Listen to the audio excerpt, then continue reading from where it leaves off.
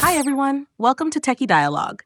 In today's video, we are going to show you how to open exe files on Windows 11 so you can easily install programs and run software on your computer.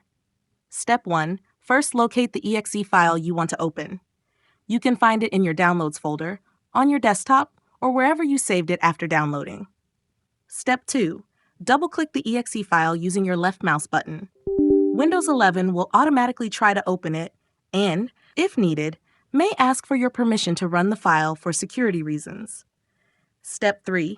If you see a security warning pop up, just click Yes to allow the program to run. This is an important step to confirm that you trust the file before letting it make changes to your system. Step 4. If the exe file does not open, right-click on the file and select Run as Administrator.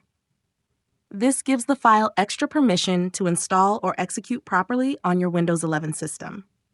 Step 5. Once the exe file runs, simply follow any on-screen instructions to complete the setup or open the application.